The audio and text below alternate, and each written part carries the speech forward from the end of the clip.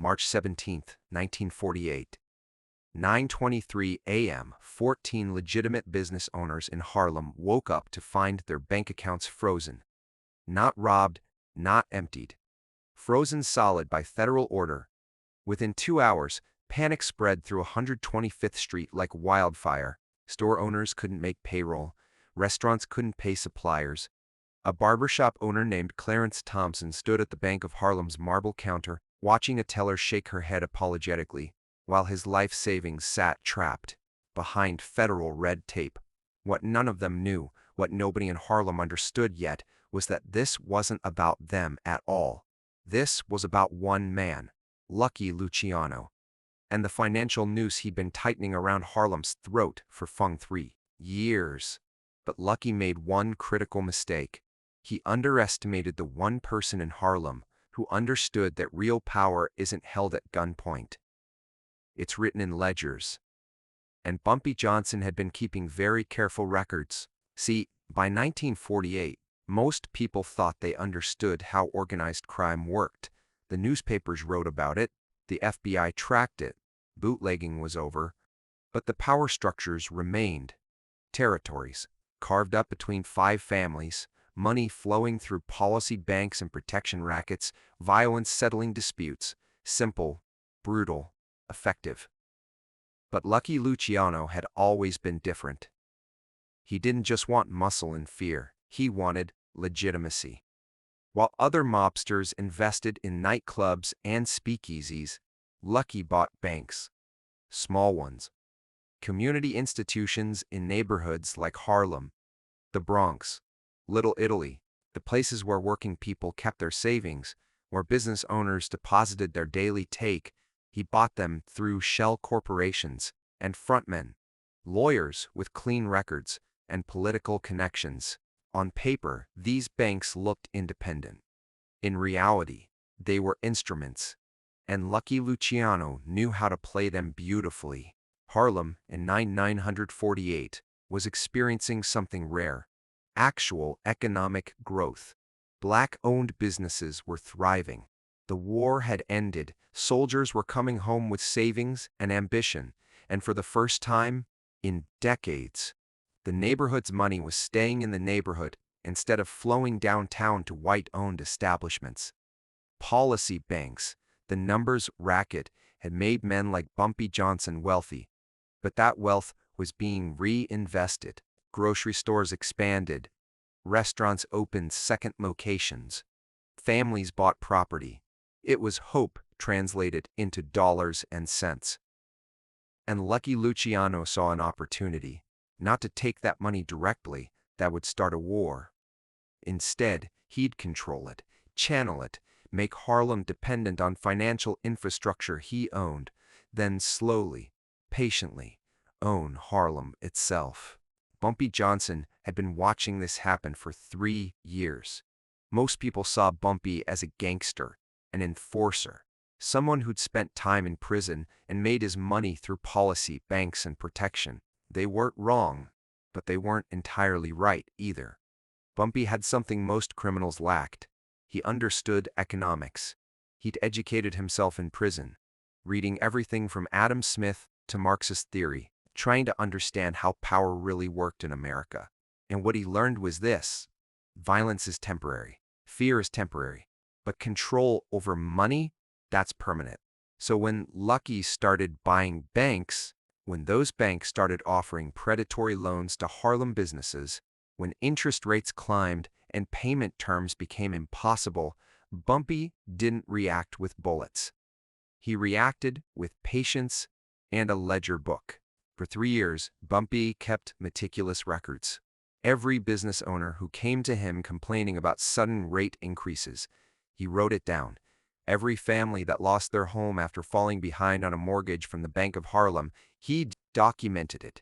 Every time a loan was called in early, every time collateral was seized without proper notice, every single financial irregularity that Lucky's banks committed, Bumpy recorded it.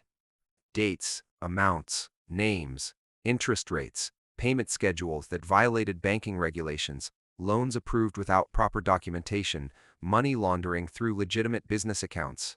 He kept it all in a single leather-bound ledger, handwritten in precise script, cross-referenced and verified. His wife, Mame, thought he was wasting time. "You can't fight banks with paperwork," she told him. Bumpy just smiled. "You can't fight them any other way."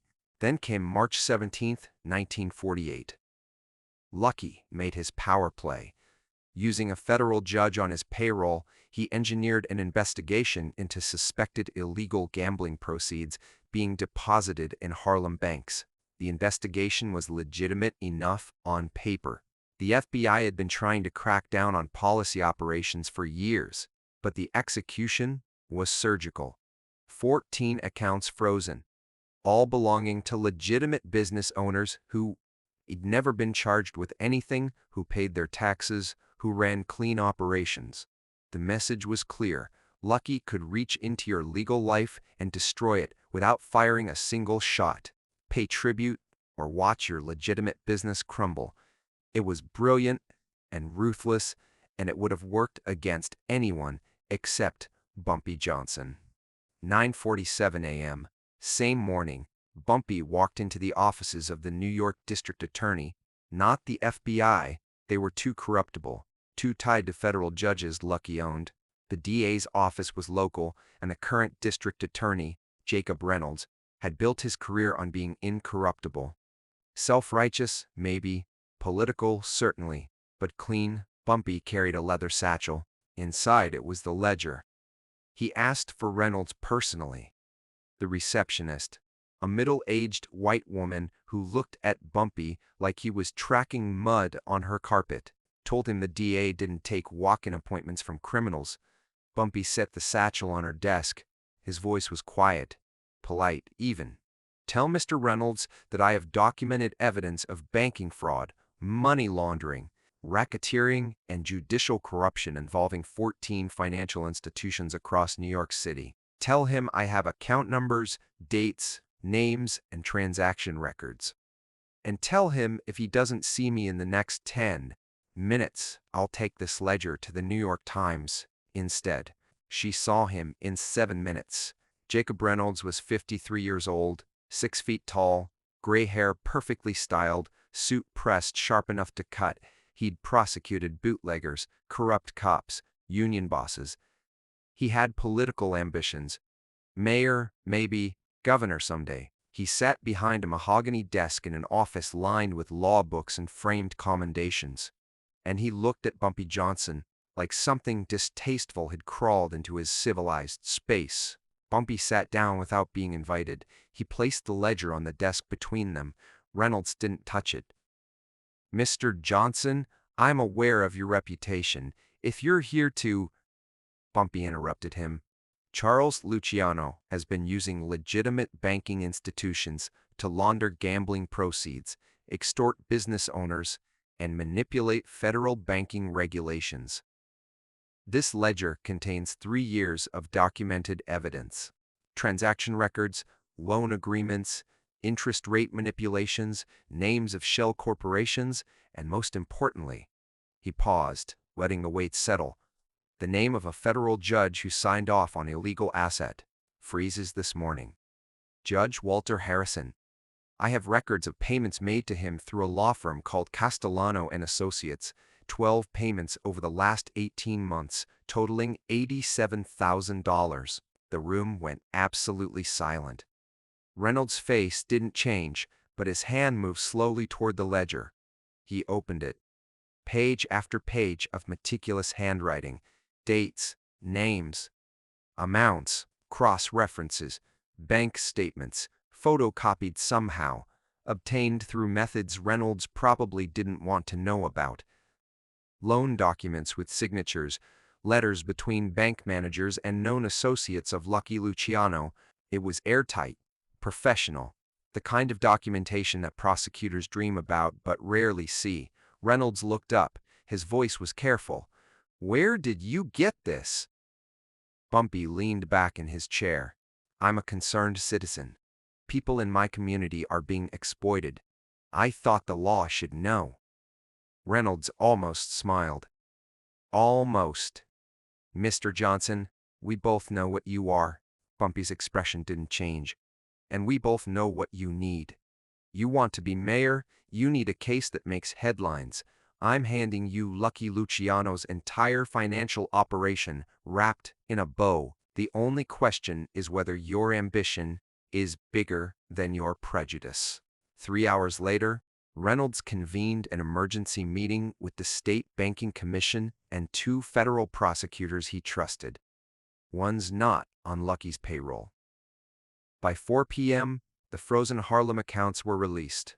By 6 p.m., the accounts of 4 banks linked to Luciano's shell corporations were frozen instead. By midnight, Judge Walter Harrison was being questioned by federal agents about unusual deposits in his personal accounts. The investigation moved faster than anyone expected, because Reynolds was smart enough to know that Lucky would start destroying evidence the moment he realized what was happening. Search warrants were executed at dawn the next morning, bank records seized, managers arrested. Within 72 hours, the entire financial network Lucky had spent 3 years building was exposed. Newspapers ran front-page stories about corruption and criminal infiltration of legitimate banking. Reynolds gave press conferences, presenting himself as the crusader who'd uncovered it all. He never mentioned Bumpy Johnson. That was the deal. Lucky Luciano was untouchable himself. He'd been deported to Italy 2 years earlier, operating from Sicily through proxies. But his American operation was dismantled, associates arrested, shell corporations dissolved, the banks were put into receivership, eventually sold to legitimate institutions. The financial pressure on Harlem evaporated overnight. Business owners who'd been facing ruin found themselves suddenly freed from predatory loans. Interest rates normalized, the neighborhood breathed, and in a small office above a jazz club on 145th Street, Bumpy Johnson sat with a glass of bourbon, watching the sunset. He destroyed an empire without firing a single shot, without spilling a single drop of blood, with nothing but patience, observation, and a leather-bound ledger book. The old-timers in Harlem still tell this story. Most people remember Bumpy Johnson for other things: the violence, the territory wars, the time he spent in Alcatraz. But the ones who were there in 1948, who owned businesses on 125th Street, who watched their accounts freeze and then miraculously unfreeze within hours, they remember different. They remember that Bumpy understood something most gangsters never learned. Real power isn't about who you can hurt, it's about what you know, when you know it, and who you tell. Lucky Luciano controlled banks, judges, politicians. Bumpy controlled information. And in that battle, information won. Because violence can be answered with violence, fear with fear, bullets with bullets, but facts documented in meticulous detail, cross-referenced and verified, presented to someone who can use them. That's a weapon nobody can defend against. Lucky learned that the hard way. By the time he realized Bumpy had been documenting everything, building a case while Lucky built an empire, it was too late. The ledger existed, the evidence was presented, and no amount of money or muscle could make it disappear. There's a lesson here about power that goes beyond Harlem in 1948. We think of organized crime as violent, chaotic, impulsive. And often it is. But the criminals who last, who build something sustainable, are the ones who understand systems, economics, law, information. Bumpy Johnson was a gangster. Yes, he ran policy banks, enforced territory, did things that put him in prison, but he was also someone who understood that knowledge is leverage. 3 years of watching, 3 years of recording, 3 years of patience, and when the moment came, when Lucky overplayed his hand and exposed himself, Bumpy had exactly what he needed. Not a gun, a ledger. That's strategic thinking. That's playing chess while everyone else plays checkers. And that's why, 75 years later, people still tell this story. So what would you have done if someone was slowly tightening a financial noose around your community, using legal structures and political connections to do it.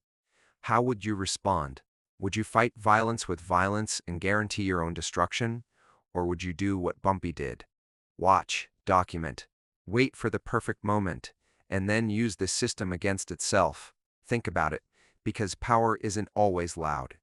Sometimes it's written in a ledger book, recorded in careful script, waiting for someone brave enough to present it to people who can actually do something about it. That's not how gangster movies usually end, but it's how this one did. And Harlem's still here to prove it worked. If this story made you rethink what you know about power, strategy, and the way systems really work, share it. Drop a comment about the smartest strategic move you've ever seen someone make. In business, in life, anywhere. Hit that subscribe button if you want more stories about the moments when intelligence defeated brute force, when patience won over impulsiveness, when someone understood the game better than everyone else playing it. And remember, violence is temporary, fear is temporary, but information, that's forever. See you in the next one.